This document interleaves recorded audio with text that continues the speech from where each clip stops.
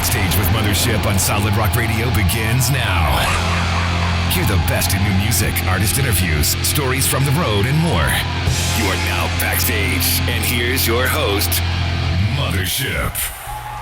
Hey everybody, Rebecca Sugg has a lot going on. Most of you know her as the vocalist of Reclaim the Day. She and the band have an exciting year coming up, so we're going to talk about it. I have Becca Sugg of Reclaim the Day. How are you? I'm doing great. How are you? Great. I haven't seen you since KCF last year, I think. Yeah, I think that is the last time. I feel like I've seen you since then, but it's just probably just been on like social media and stuff like that. Yeah, it's almost like being in person, right? Right. These days. Exactly. Before we talk about new stuff, let's talk about Reclaim the Day and who you are, Becca Sugg. Yeah, it's funny that you say who you are because that's actually, we have a song called that. But Reclaim the Day was founded in 2019 by me and my husband. We started as a ministry together, and at first it wasn't going to be like me being really vocals actually, but it was like one of those things where God had other plans. But eventually Logan came around, and then Tristan a couple of years later, and really we had this mission, and really the name came along because we were going through a time in our lives, my husband and I were, where we were just going through a lot of depression and a lot of mental stuff going on, and we had a mentor in our life that was basically like, you have the power through Jesus Christ to reclaim your day from anything. And that really stuck with us for a name. And so we were just like, okay, Reclaim the Day. There it is. There it is. That's the name. And so that's really where the name came from. And then we have like, probably the most solid lineup that we have right now, that a group of guys just, really just after God, and, they're really dedicated, and we love them very, very much. So give us a quick rundown of members. I'm Becca Sugg. I'm the lead vocalist. My husband, Marcus Sugg, is the lead guitarist. He's also called Trey. So if you ever hear him called Trey, that's his nickname. But Logan Morehouse is our bassist. And then Tristan, the guy, Harris, is our drummer. So okay. So how did you pull this lineup together? Did you already know each other? No, actually, it was kind of strange. So I've been doing music for over a decade. I've been in probably about 7 different bands. I think I've been counting at this point. So doing music professionally for a while. And then my husband happened to come join from Arkansas on one of those bands. And he joined that band. And from there, we just kind of went to other bands. And then during the band that we were in before, we had gotten married, and then started Reclaim the Day. But after that, I was looking for a bassist, and I had found a post that Logan had made about a new guitar that he had bought.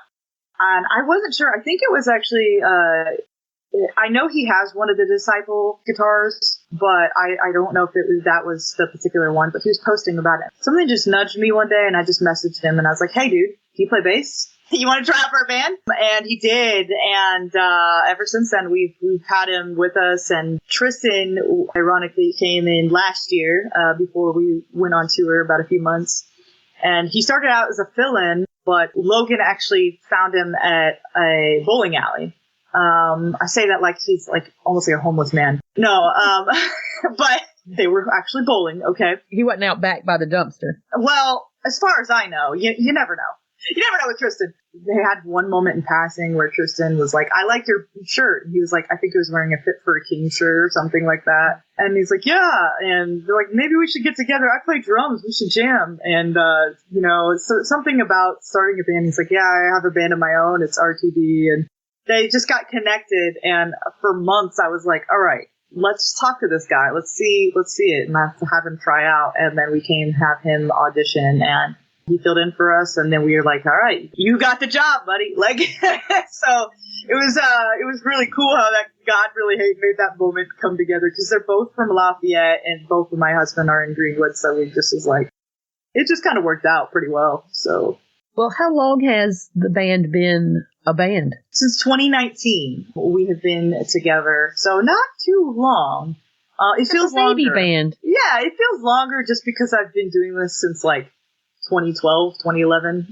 I've been through my fair share of bands. Reclaim the Day has definitely been here, just like a baby band. in that time frame, it's surprisingly grown, and I give all that glory to God. I have not seen that much growth in any of the bands that I've been in, and it has been a huge blessing.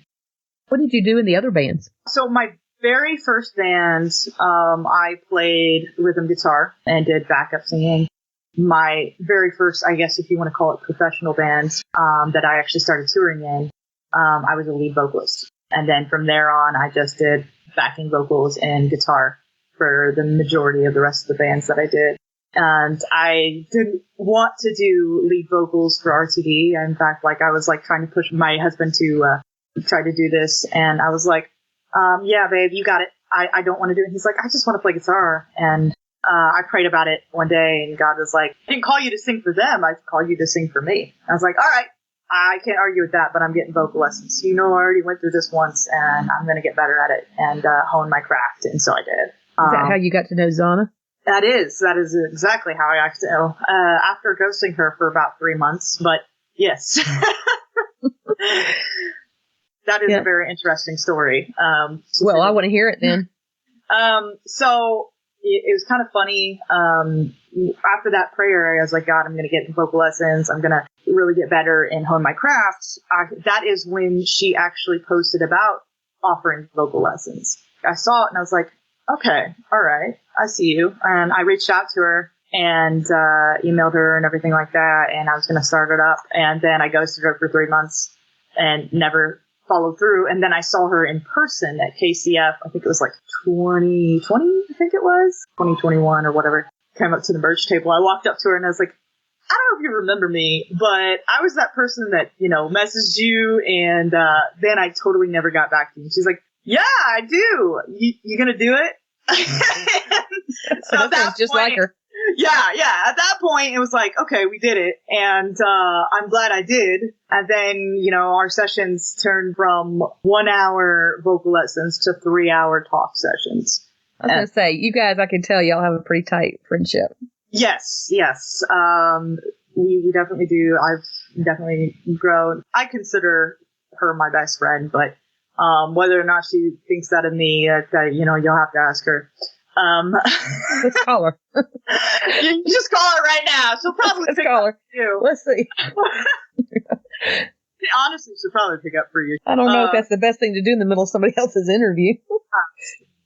You know what? You're good to do whatever. You're driving this interview. Don't want to drive it in a ditch. But anyway, so y'all got together, and so how long have you been taking vocal lessons with her? Or did that just devolve into friendship and y'all don't do vocal lessons anymore? So what is that evolving? Is it evolving or devolving? It's a mixture. It's hard to tell. Sometimes I'm like, hey, dude, I need to meet up for a lesson. I'm struggling with something. And the last time we had a lesson was maybe a couple months ago. And then it was calling me out on the most stupidest thing that I probably already should have known. So I need to do it actively because I teach vocal lessons too. And that is actually my main job. I teach music lessons like bass, vocals, guitar, and stuff like that. Anytime, sometimes it's actually quite funny. Talking to her on a normal basis, I'm like, okay, whatever. But if I get into a vocal lesson with her, I get really nervous because it's one vocal coach judging another vocal coach. You know what I mean? It's kind of weird now at this point, but no, I know she's better than me, so it's all good. I'm always if people always need people I need a vocal coach. I'm like, go to her, not me. Go to her. What's your biggest takeaway from your vocal learning from her? I honestly think it was confidence for me. There was a lot of things that I took from her. You can hear it's a night and day difference from listening to Who You Are and to Sentence to Life. With her help, it brought Sentence to Life actually to life. And her vocal coaching really, really helped that. But as far as that goes, I didn't really have a lot of confidence. In my first band that I did lead vocals with, I had a lot of bad experience with that. Even some of my own producers pretty much kind of was like, hey, you're not going to get anywhere. Your vocalist sucks. And it was like one of those things where, you know, even your bandmates were like, yeah, not very good. You should just play bass or something like that. And, yeah, granted, my screams were good, but like my cleans were not the greatest, which is why I came to Susie to begin with, because my screams I was pretty confident in. But it was just like one of those things where, you know, then we had like 1 hour session and she was just like, hey, believe in yourself. Like you should do, you can do this. Like use the fire that from what people told you in the past and make yourself better. And that was something that really stuck with me. And since then, like I've even been able to teach my students the same thing, and it has made a night and day difference for them too. So like what she has taught me is changing other people's lives, which is really dope. Nice. When did you learn to play a guitar? That was actually my first love. Oh gosh, I don't even remember the year. Back in middle school, I actually am a big classic rock fan. So I watched a Heart concert on TV one day. They're the ones that inspired me to play music to begin with. Love Heart. So good. Yeah, I saw Nancy Wilson and I was like, oh, wow. Like she can play. Like that's awesome. I want to play like that. And so I just was like, told my dad, I was like, I want a guitar. I want to be able to play. And he's like, okay, if you stick with it. So I got a guitar and just learned from there. And my first song that I actually learned on guitar was Stairway to Heaven, ironically. But I think that was a lot of people's first song. Yeah. At least in my high school years it was, because it was freshly out at that time. Yeah. But since then, over the years, I've taught myself. I maybe took a few lessons here and there at Sweetwater, but just for some lead stuff. But overall, like I've been playing guitar. I mean, I grew up singing with a musical family. Like I grew up singing harmonies and things like that, but it wasn't my main focus. Guitar was always my first love. And that was like the main thing that I did. I don't play it much for Reclaim the Day because I'm focusing on more of my vocals, but I get to be able to play for other bands, guitar and bass and stuff like that. So I get it out for them to fill in, which is nice. So. What was the first song that Reclaim the Day released? So our first song was a song called Who You Are. That was produced by Josiah Prince from Disciple. It was a very, I mean, like all the songs that we really go in are very personal to us. But this one was written while I was in our old band still. And so it started off as actually like a worship song, more softer. And then we were like, okay, and I talked to Josiah, and I was like, hey, you know, he's like, do you want to do this heavier? And they're like, yeah, sure. Let's see what we can do with it. And he just comes out with this nasty riff on the bridge. And then we're just like, okay, all right, I see where this is going. And so we just kind of worked on redesigning, rewriting the song a little bit. And it really came out to be a heavier worship song, which I really love the song to this day. It's actually my favorite song to play live. So it went from there, it went to Sentence to Life, and then the rest of the EP. So how many songs does Reclaim the Day have? Ooh, I have to count. So... She's gonna count, okay. Yeah, I need to like free up my hands and toes and stuff like that. We only have 6 songs released. It feels like a lot more because we have a lot more written. You always write more than you release, right? Yeah. Well, recording's expensive. Yeah. To be fair. We're in the midst of even writing more songs because the goal is to come out next with a nice full-length album. So nice. That's why we've been really working a lot behind the scenes this year.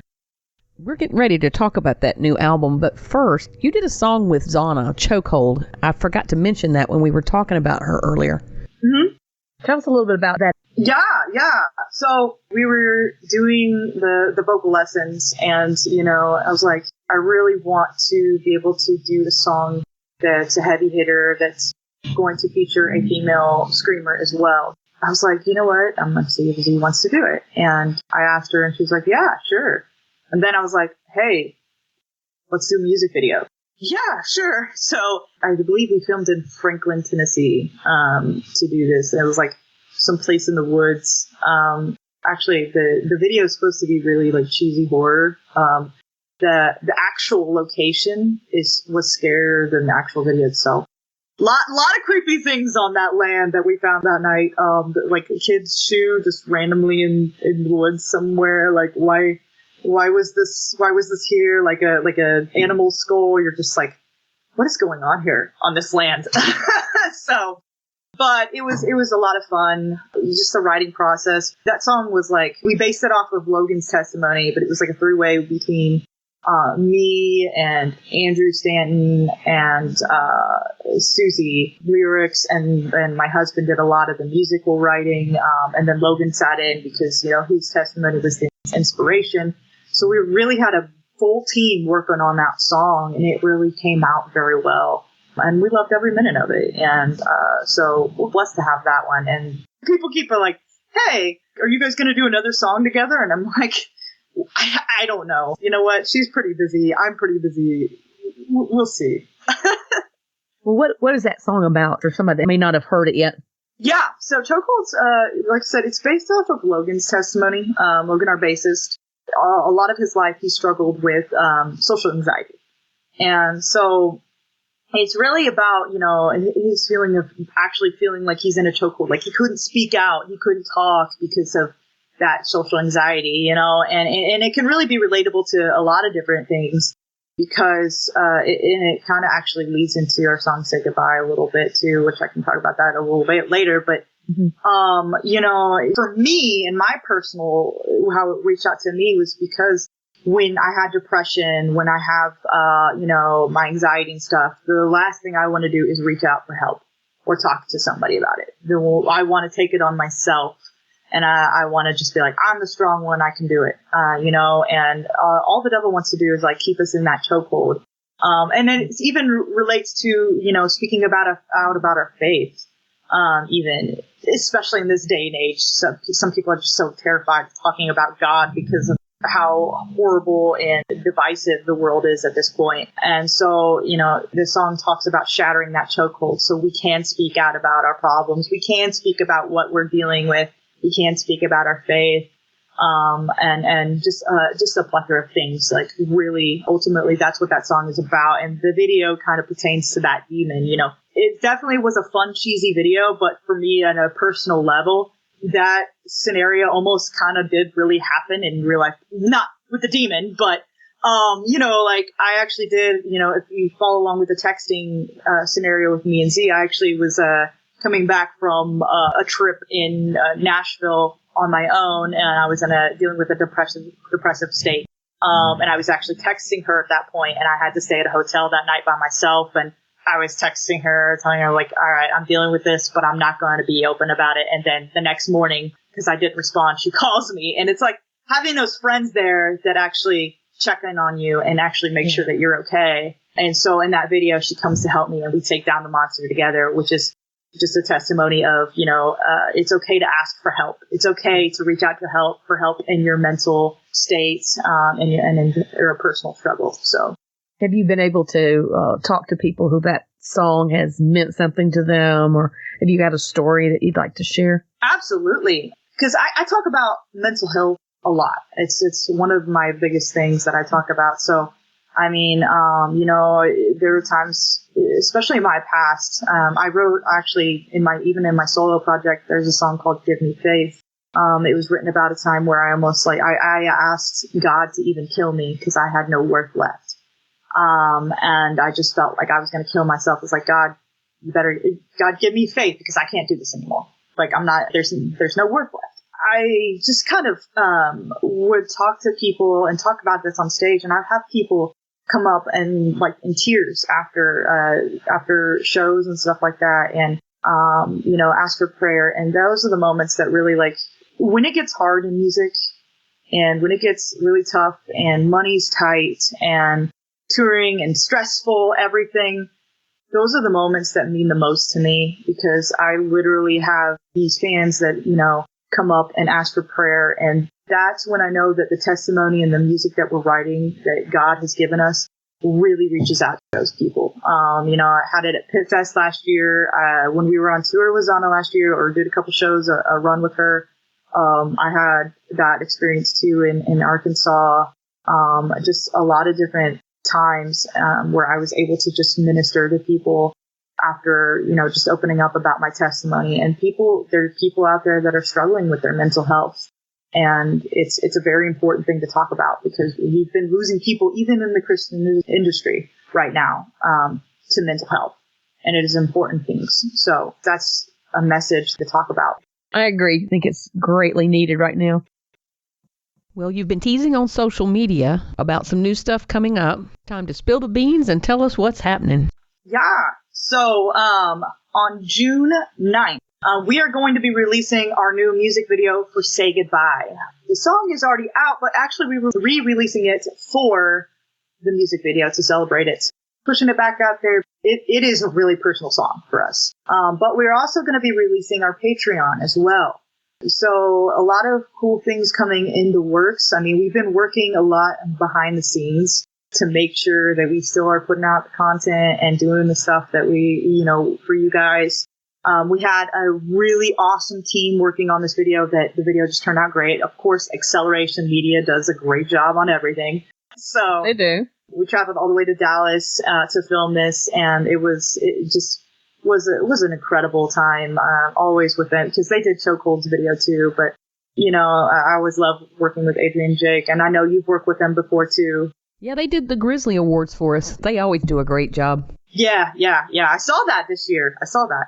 The song is definitely one of our angrier songs, and it was actually co-written with Zana as well. Even though she's not on it, but she had a hand in it. She had a hand in the video as well, or at least she did my makeup. But it's definitely personal for a lot of things that are going on with the division, not just in the world, but in the industry itself. Because there is stuff that happens behind the scenes that people don't see. And so it's just kind of talking about the story behind that. So one of the things that really caught me was wipe away your foolish pride. You think you're actually holy inside. I was like, ooh. Stirring it up. Yeah. That's honestly, that line specifically, you think you're actually holy inside, came from an experience, because this song really goes with a lot of different experiences, but it's mainly based off of one experience. But that line particularly was from a experience with a person who, unfortunately held their gifts over people and made themselves look better or thought they were better than everybody because of the gifts that they received from God. And, for me, that was just none of us are better than anybody. We are all equal in God's eyes. And when somebody makes me feel terrible just because I'm struggling, that's not okay. It's you're not better than anybody. I try, the way that I look at things is and biblically, looking at yourself lower than everybody to stay humble. And even going up on stage, I don't deserve to go up and take that mic. I don't deserve to go up and talk, but God gave me that ability, and God gave me that position to be able to be a part of Reclaim the Day. So I'm blessed and I'm humbled that I'm able to do that much. So to just have somebody that's I got all these gifts and I know more than you and I know better than you. And it's come on. What are you talking about? But I mean, there's just a lot of things that I've experienced with that. It's just a very common trait nowadays. People use manipulation and, power to control other people. And that's really what this song really resonates. My husband and I dealt with a time in our life where we were dealing with people that were doing manipulation tactics. They were lying. They were doing everything that they could to, just basically make themselves feel better, hold the power over your head. And it turned out to be more of an abusive situation, a mentally abusive situation. So for that matter, that's what this song really came from. Because, you have to draw that line. You have to say goodbye to that toxicity. You need to get out of there. You have that control. You don't have to stand for that anymore. And so it's really our anthem to say, for all those people that listen to the song that have witnessed abuse, any type of abuse, any type of manipulation, any type of people that have said, I'm better than you, and held it over your head, or I have control over you. Okay. That kind of stuff this is their anthem to say, I'm saying goodbye. I'm drawing my line, and, I'm moving on with my life and to follow what God has gotten for me, so that's really what this song is about. Like I said, it's definitely an angrier song. You'll see in the video when it comes out, I look angrier than normal, but I'm actually a big teddy bear, like in person.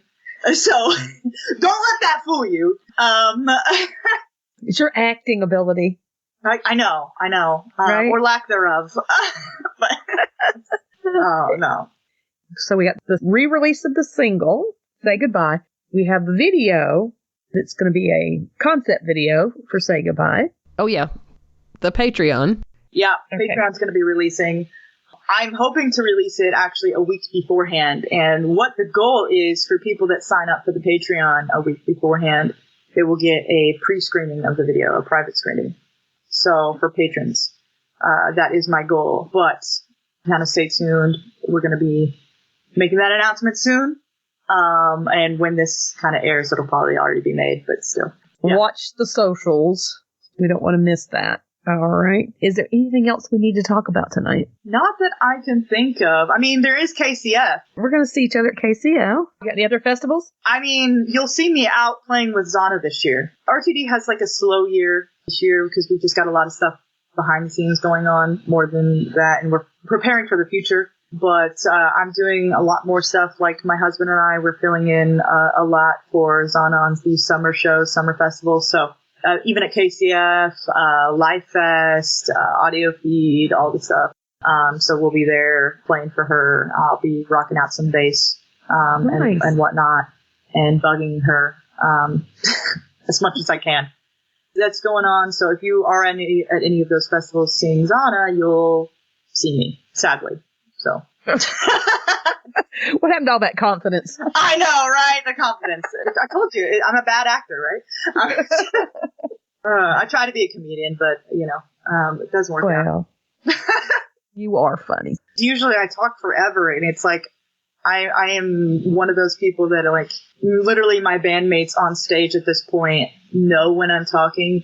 I've seen video footage of just them sitting down because they know that once I start talking on stage. Well, wait, is there a story that I need to hear? I mean, usually when the spirit starts talking, and I start don't blame the spirit. I don't blame the spirit. Look, so every day on tour, I got worse last year because it was like, all right, we started out in the hot sun in West Virginia, and then it was like, all right, fine. And then by the time we got to play Murray Hill in Jacksonville, it was like, okay, these guys are literally just going to sit down and just while I talk because they know that I'm going to be talking for like 10, 15 minutes about God. We don't know when it's going to end. Yeah, we don't know when it's going to end. I could just go on forever. And even then, sometimes when I talk, it's like, all right. And then I start adding jokes in, and I'm like, my dad jokes come out, and I look over at my husband. I'm like, this is what you did. So does he give you the evil eye and kind of run his finger across his throat? He encourages it. He's like over there. We have a full performance of our last video in March in Kokomo. So A1M, who puts on KCF, actually puts on these events called the Danger Room, and we headlined that event. And there was at one point where I was just talking and, some things that I would say, the guys would react to and kind of make fun of me or mock me on stage. It's just, we have that dynamic. Respect. I know. We just have that dynamic. Yeah. It's just being the only woman in the band, it's just honestly, it's just like family, and we love each other very much, as one family, as a family should, because, if I get woken up, on the last day of tour after Chains Unchained Festival by anybody else throwing a mattress on me and pillows and sheets and then jumping on top of that mattress in a hotel room, I would rather not be a stranger. So we have our standards. Yeah, we have the standards. So that's the dynamic of the guys that, we always have to pick on each other, but we love each other. I mean, that's how it goes. So that's great. When you said dad joke, that reminded me. Now, you have a son, right? Week before KCF, so June 11th, is his second birthday. Oh, Congrats. 2021, 5 days after he was born, I took him to KCF. That's a good mama. And then, like, I don't try to miss out on it. Like, and then last year I broke my nose, and I remember that. Did KCF. Like, I don't stay down, but. You're eating pudding with a broken nose. I know, and it still tasted really good. Maybe this year I can smell it better. Yeah. I will be bringing it. Bringing, or I might be making it there. Well, I'll see you there. Yeah, see you there. It's good to talk to you. Thanks for having me on today. Well, thank you. Appreciate you doing it, and I'll see you on the road. All right, see you on the road. Talk to you later. All right, bye-bye. Thank you for listening. Stay tuned for more great music, and check out my blog page on the Solid Rock Radio website for my guests' social media links. If you've missed any of my past interviews, you can find them uploaded to podcast.solidrockradio.org. Have a wonderful week, and let's be kind to one another.